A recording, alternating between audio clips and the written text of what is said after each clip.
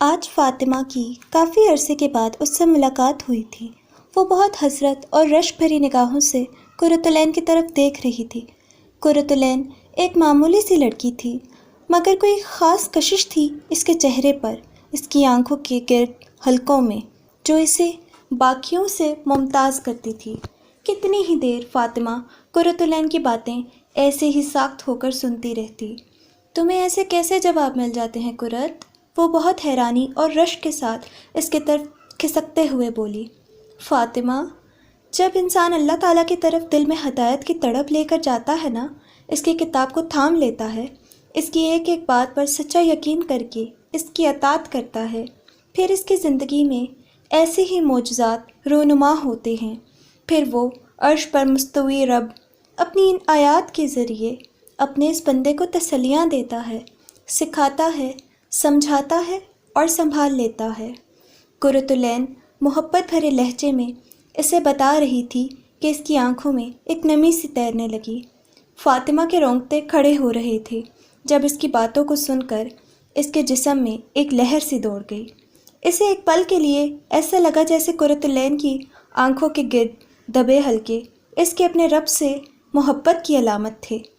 ہاں، وہ بھی تو کبھی کسی انسان کی محبت میں ایسے ہی اپنی آنکھیں کالی کرتی رہی تھی، مگر اسے اب احساس ہونے لگا تھا کہ دنیا کا ہر رشتہ فانی ہے، خصوصاً حرام تعلقات جو انسان کے اندر کے سکون کو برباد کر دیتے ہیں، اسے اپنے آپ سے اور اپنے رب سے دور کر دیتے ہیں۔ مگر اب وہ سنبھلنا چاہتی تھی۔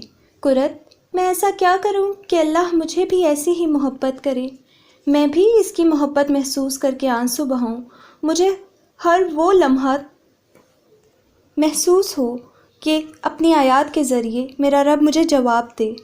فاطمہ کے لہجے کی تڑپ اور آنکھوں کی نمی نے قرۃ العین کے ایمان میں مزید اضافہ کر دیا تھا۔ وہ دل ہی دل میں فاطمہ سے محبت محسوس کرنے لگی تھی۔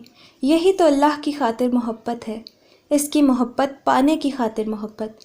قرۃ العین مسکراتے ہوئے پیار بھرے لہجے میں اس کے ہاتھ کو تھامتے ہوئے کہنے لگی، فاطمہ، تمہیں پتہ ہے نا، یہ ہدایت واحد ایسی چیز ہے جس کے لیے جب تک تم تڑپ نہیں دکھاؤ گی وہ تمہیں نہیں ملے گی۔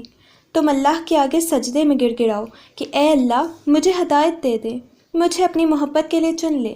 اللہ کو دکھاؤ اپنی تڑپ۔ تمہیں پتہ ہے نا کہ اللہ پاک قرآن میں کیا کہتے ہیں؟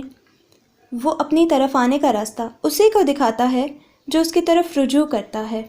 قرۃ العین نے ایک آیت کا ترجمہ کرتے ہوئے فاطمہ کو بتایا، سورۃ الشعراء آیت نمبر 13، اور پھر اس کی تشریح کر کے بتائی، تم رجوع تو کرو، وہ منتظر ہے تمہارا، تم ایک قدم بڑھاؤ گی وہ 10 قدم تمہاری طرف آئے گا۔ وہ تو بندے کو بلاتا ہے اپنے پاس، اس کی توبہ کا انتظار کرتا رہتا ہے۔ فاطمہ، وہ خالق ہے، ہم مخلوق ہیں۔ کیا دنیا کا کوئی بھی مالک اپنے غلام سے ایسی محبت کر سکتا ہے جبکہ غلام اپنے ہی مالک کا دیا کھا کر اسی سے دعا کرے؟ لیکن یہ ہمارا رب ہے فاطمہ، وہ ہم جیسے بے وفا بندوں کا بھی منتظر ہے، مگر تمہیں ہی پہلا قدم بڑھانا ہوگا اس کی طرف۔ فاطمہ حیرت سے اس کی طرف دیکھنے لگی۔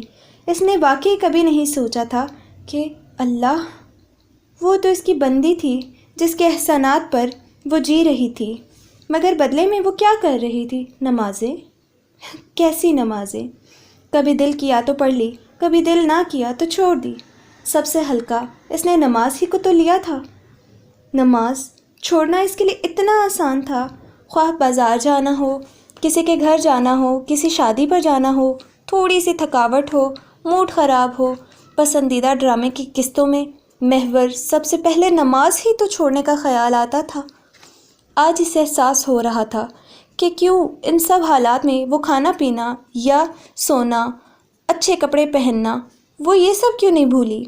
کیا واقعی اس کے نزدیک اس کے مالک کا یہی مقام تھا سب سے کم؟ پھر اگر پڑھتی بھی تو بس 2-4 ٹکرے مارتی۔ کبھی سوچا نہیں تھا کہ اللہ کے سامنے کھڑی ہو کر وہ کیا پڑھ رہی ہے؟ شرمندگی سے اس کا دل ڈوبا جا رہا تھا۔ وہ کیسے پلٹے اب، کس منہ سے جائے اس کے پاس کہ جس کی تھالی میں کھا کر وہ چھید کرتی رہی؟ وہ اس جیسی نافرمان بندی سے کیسے محبت کر سکتا ہے؟ اس کے آنسو ٹپ ٹپ بہنے لگے۔ فاطمہ کے بہتے ہوئے آنسو دیکھ کر قرۃ العین محبت سے آگے بڑھی اور اسے اپنے گلے سے لگا لیا۔ گلے لگتے ہی فاطمہ نے ہچکیوں سے رونا شروع کر دیا۔ قرۃ العین ہلکی سی مسکراہٹ کے ساتھ اسے گلے سے لگائے کتنی ہی دیر خاموشی سے اس کی کمر کو سہلاتی رہی۔ قرۃ العین بھی اسی راستے سے گزر کر آئی تھی۔ وہ سمجھ سکتی تھی کہ فاطمہ کس کرب سے گزر رہی ہے۔ بعض اوقات انسان کو واقعی کوئی ایسا ساتھ چاہیے ہوتا ہے جو اس کے اندر کے اٹھتے ہوئے شور کو خاموش بہتے آنسوؤں سے سمجھ جائے۔ ایسا ساتھ جسے میسر ہو وہ بہت خوش قسمت انسان ہے۔ قرۃ العین جانتی تھی کہ فاطمہ کو وقت چاہیے، اس لیے وہ خاموش رہی، یہاں تک کہ فاطمہ نے روتے ہوئے پوچھا، قرۃ کیا اللہ تعالیٰ مجھے معاف کر دیں گے؟ میں نے اتنے بڑے بڑے گناہ کیے ہیں، میں نے اپنی ساری زندگی اس کی نافرمانی میں گزار دی ہے، مجھے اپنا کوئی ایسا کام، کوئی ایسی نیکی یاد نہیں آتی کہ جس کی قبولیت کا مجھے یقین ہو، وہ کیسے معاف کریں گے مجھے؟ فاطمہ کے لہجے کی ندامت دیکھ کر قرۃ العین نے اسے خود سے جدا کیا اور اس کا روتا ہوا گلابی چہرہ اپنے دونوں ہاتھوں سے تھامتے ہوئے کہنے لگی، اللہ معاف کر دیں گے چندہ، وہ بہت غفور الرحیم ہے۔ انسان جب اپنے اندر سچی ندامت لے کر اس کے حضور توبہ کرتا ہے نا، اپنے گناہوں کا اعتراف کر کے اس سے معافی مانگتا ہے نا، اس گناہ والی زندگی کو چھوڑ دیتا ہے، تو اللہ پاک خود بڑھ کر اسے تھامتے ہیں۔ مگر قرۃ میرے گناہ کوئی چھوٹے گناہ تو نہیں ہے نا؟ فاطمہ اس بات کی مزید یقین دہانی چاہتی تھی کہ اللہ پاک اسے واقعی معاف کر دیں گے۔ اچھا رکو، میں تمہیں کچھ دکھاتی ہوں۔ قرۃ العین جانتی تھی کہ فاطمہ کو کیسے یقین دلایا جا سکتا ہے۔ وہ اٹھ کر اپنی الماری کی طرف گئی اور وہاں سے اپنا قرآن پاک نکال کر لائی۔ فرینڈز، ہمارا آج کا ایپیسوڈ یہیں پر اینڈ ہوتا ہے۔ اگر آپ کو مزید آگے اسٹوری کمپلیٹ کرنی ہے تو میرا چینل ضرور سبسکرائب کریں تاکہ میری نیکسٹ ویڈیو آپ تک بآسانی پہنچ سکے، اینڈ انشاءاللہ I will upload it soon next episode of the novel. تب تک کے لیے اللہ حافظ۔